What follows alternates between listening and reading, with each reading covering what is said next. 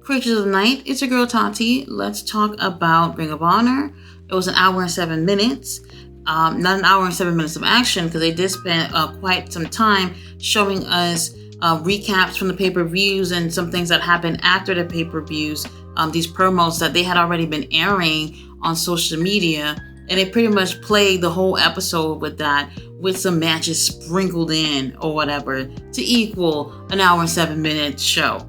Now, we did start off with Isaiah Cassidy versus Action Andretti in a really great opening match. These guys are so talented. I cannot believe that these two teams, well, in terms of teams, they're not in the whole finals for the AEW tag titles. This is just crazy. Now they're putting these guys on Ring of Honor, which isn't a problem. They end up having a really great match. The thing is that these guys are in tag teams or trios, and they're not using these guys to their fullest potential. So they just throw them on Ring of Honor, give them something to do. Really great match. We have Mark Quinn, who is ringside in a big ass fur coat that is just making me hot just looking at him wearing that. Just too much for you to be standing ringside in a fur ass coat. Now, Action Andretti does take the win with a beautiful moonsault. These guys are just so talented. I want to see more from them. I want to see them getting big opportunities in this company before they end up, hitting the road and going somewhere else, which probably won't happen. Action Andretti takes the win. Now, we have Shane Taylor and Lee Moriarty. They go win against some local jobbers, and they end up winning that. And I'm just like, oh, okay, so you guys had finally took a win the other day, and now they're starting to show them winning some matches. They didn't have Anthony Ogogo here, and that was a little bit interesting to see, but they did mention him on the show. So, it was a quick match, and there was nothing special about it. So what can I possibly say? It's nice to see them actually taking a win. We had Nyla Rose on the show as well, and another squash match against Kat Von Hees. What can I say about that? Christopher Daniels versus Cole Carter, which I found interesting because usually Christopher Daniels does put over the young talent. He's always helping the younger talent and helping them look really great. In my opinion, I thought Cole Carter was going to take the win, but Christopher ended up winning. In my opinion, I feel like they're not being consistent with Cole Carter and Griff Garrison. Yeah, they're a tag team. They can do single stuff too, but they're not being consistent. It's almost as if they don't know what to do with them. And for me, it's just like, I really want to see them succeed, but if you guys don't stay consistent with how y'all booking these guys, whether it's tag team or singles action, then they're not going to look great. And they have a lot of potential. When I first saw Cole Carter, not based off his ability in the ring, but just the aura of him gave me young Randy Orton vibes. And I was like, oh, if they really take the time to build this guy up, he can be something big in this industry. And so far, I don't think that they've actually done a damn thing worth when it comes to Cole Carter or Griff Garrison. But let's give them time to see what they do. Now after this, we have The Righteous versus Chico Adams and Bryce Donovan. This also was a squash. However, The Righteous just look so good in here. Like, they look absolutely like fucking, crazy people that you don't want to get in the ring with. And I love it. I am so disappointed that they have not taken advantage of this team and really given us crazy psycho type of gimmick with these guys. Something that could really set them apart from everyone else. They have their look. There's no real concrete story there. But if they take the time to tell a story with these guys, man, they could just be a force to be reckoned with. And I really do enjoy The Righteous. They look great here, even though this was a squash. I want to see more of them. Of course, they took the win against these little jobbers. Now, we also had Anna Jay, who went against Little Mean Kathleen. And this wasn't that great either. I mean, it's not a bad match, but another squash that doesn't really mean anything. Anna Jay has been randomly thrown into Ring of Honor. I guess that's great. She gets some TV time. But none of these matches really mean anything. They don't tell you anything about the direction that they're going with these people. So it's really hard to sit there and watch some of these things. And it's just like, They were on a roll with Ring of Honor, and they done fucked up the damn thing. And right now we're back to where we were a few months ago when the show wasn't so interesting. Now after that, we do have Zach Knight, who went against God knows who. I don't know who he was. Zach Knight is just he has the look.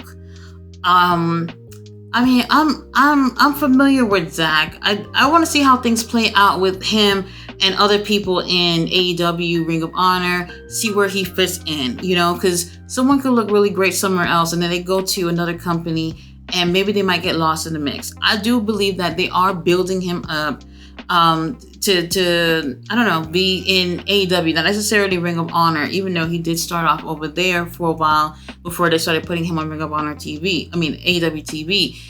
He's supposed to be having a match with Angelo Parker, and I feel like they said that was supposed to happen like last week or something. I have no clue, but he is great in the ring. He's a powerhouse, and he has to look. AEW really needs to book him right. You know, I love the whole storyline with him just walking around Saraya, just being the big brother and beating up whoever she wants him to beat up, and I do like that. But we need a little bit more from him, especially on the bigger show. I know he was featured more on Rampage. I don't think he was on Dynamite per se, but keep going with these stories and if you kind of stop telling these stories, people are going to forget about him and not even be interested. And that's the issue here. So I don't know when he's going to go against Angelo Parker, but I'm waiting to see that. I'm waiting to see Angelo Parker get his ass whooped. Zach Knight obviously take the win. Main event, TV title on the line. Well, at least I think so. Rhett Titus versus Kyle Fletcher. Kyle Fletcher, I gave a promo after the pay-per-view on Friday. They showed that part of the show. Like half the show was them showing what happened at the show and what happened after the show from Friday. Now, he is letting people know that, yeah, he missed some time while he was champion because visa issues and all this other foolishness or whatever. But he said that what really got him fired up was what's his opponent name from the other day? Lee Johnson, talking about how while he's been at home chilling, he's been putting in work while Kyle's been at home, when really visa issues and whatever other situations he had going on. And he said he had to prove him wrong by whooping his ass. And honestly, if you guys did not see the Ring of Honor pay-per-view, everything wasn't really worth the watch. However, Kyle Fletcher, Lee Johnson opening match on the main card was absolutely amazing. Definitely one of the best matches that we saw throughout the whole WrestleMania weekend. At least for me, I think so. Kyle Fletcher is the future, and he has something so special that Tony Khan, don't drop the ball. Don't drop the ball, because if you do, WWE would not mind snatching him up. TNA wouldn't mind snatching him up. Anybody would not mind snatching up this young man. He's absolutely great in the ring.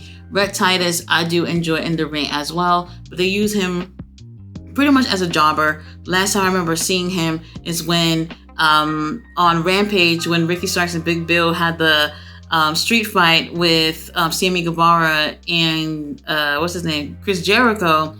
They had messed up his car, and then he comes out and he go, "Hey, that's my car," and then Chris Jericho beats him up for complaining about them ruining his car, which was funny. That was the last time I remember seeing him, but here he is back in the ring. His shoulder is taped up, okay, and obviously when you have tape or wrapped up in some bandages or whatever, that is a huge thing for your opponent, because now they see what to focus on, what your weaknesses is. So Kyle Fletcher really kept a focus on that shoulder that was taped up, and that helped him take the win with a pile driver.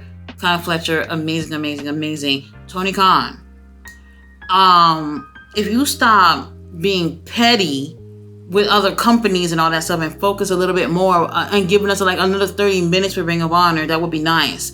You know, it's just really short for something that you're paying. Yeah, I know $9.99 doesn't seem like a lot. Maybe it's a lot for somebody, but at the same time, when you get an hour show and a lot of it was just recaps from a pay-per-view, you're not going to feel like you're getting your money's worth. And as much as I do want to see them succeed, they went back to where they were before they got real hot these past few months. And I don't know what the hell is going on. But in my opinion, just my opinion, Tony Khan, get your head out your ass and stop worrying about what everybody's talking about on the internet. Stop worrying about what Triple H said and CM Punk said or whatever, and focus on giving us the very best you can give us when it comes to pro wrestling with Ring of Honor and AEW. That's all I gotta say about that. I'll be back tomorrow. I will be doing a live stream for a New Japan, Windy City Riots. Some of our AEW peeps are going to be over there, and some of our New Japan favorites are going to be on the show as well. I really want to see if Mox is going to end up taking the IWGP World Heavyweight Championship. Something tells me he is. Something tells me he is, and that's one of the things that is just making me really want to see this pay-per-view. So that's going to be the main event for the show. Come by, and even if you're not watching, come by, come be in the comments and whatever. Just hang out. We'll have fun. And obviously, I'll be back for Collision, which will be on Saturday night, and we'll also have Battle of the Belts following Collision. So I'll be live for that. Come check me out. Let's have a great time. Guys, thanks for watching my review. I'll see you on the next one.